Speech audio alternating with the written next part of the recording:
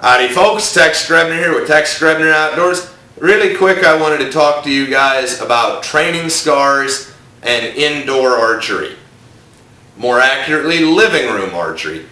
Now, to be completely honest with you, anybody, if you've got a living room, you can shoot inside as long as you've got a good, solid target to shoot into. You can do a lot in your living room the same way that you can work out in your living room. I just got done with my beefcake for Sunday. But you can do it in your living room. But you have to be careful of training scars, because you can get away with a lot more in your living room negatively, that when you stretch it back out to 20 and 25 or 30 yards, especially with traditional archery equipment, that just ain't gonna work. So that's why I have my target at chest height. I have a big backstop and a smaller target, and I'm going for this little orange spot here. That's what I shoot at. And the reason that I have a stack of chairs here to elevate it to chest height for my recurve is that a training scar that you can encounter is if you're shooting at it on the floor, then you get used to shooting at this angle. If you're shooting at it at waist height, you get used to shooting at this angle. You hit your anchor, you let it go. That doesn't help you when you get out to 20, 25, and 30 yards, because you are out of your comfort zone and your form just goes to shit. Which is why I've pretty much got figured out the trajectory of my arrow from me to my target, and I'm putting my actual target where my arrow would be at 8 yards.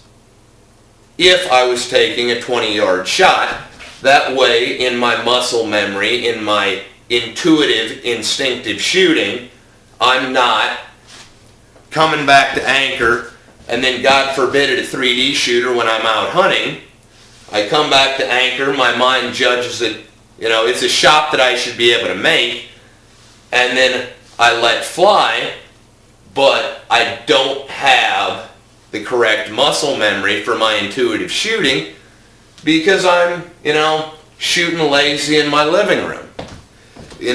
Musashi said, always grasp your sword as if you intend to cut a man down. And the same goes for archery, the same goes for gunfighting. You have to do everything in your life like you mean it. So that's why I have this target elevated to simulate a 20-yard shot. Now I've got 3 chairs stacked up with the legs duct taped together. Granted, I don't have company very often, so they ain't like they're doing anything for me. And then I have my target here, and I have a small spot to aim at, and that way I can avoid some serious training scars and undershooting animals, undershooting 3D targets. If you undershoot an animal, you just miss. If you undershoot a 3D target in an indoor range, you're going to be sending some sparks flying because you're going to be busting an arrow on the concrete. That's just a fact of life. So if you are going to get into living room archery during the winter, you're going to want to make sure that you've got a good backstop. If you're going to stack some chairs up, make sure you secure them together, and you're going to want to shoot at a little tiny spot at a distance and height that will simulate your normal outdoor range. That way you can avoid training scars.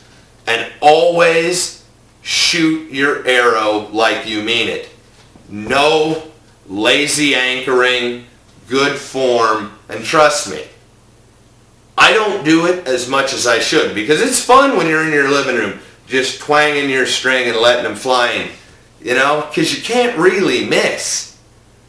And then you get lazy, and then you do what I did last week, and I jacked up my score really bad, shooting right under the bellies. And then I started second guessing myself. So you need to move up your comfort zone to where you can hold your full draw at all levels of where you would need to be holding your arm. So I hope that this video is helpful to you if the weather forces you indoors.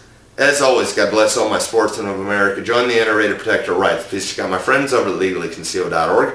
Thank you very much to those of you involved in law enforcement and those of you serving in the military.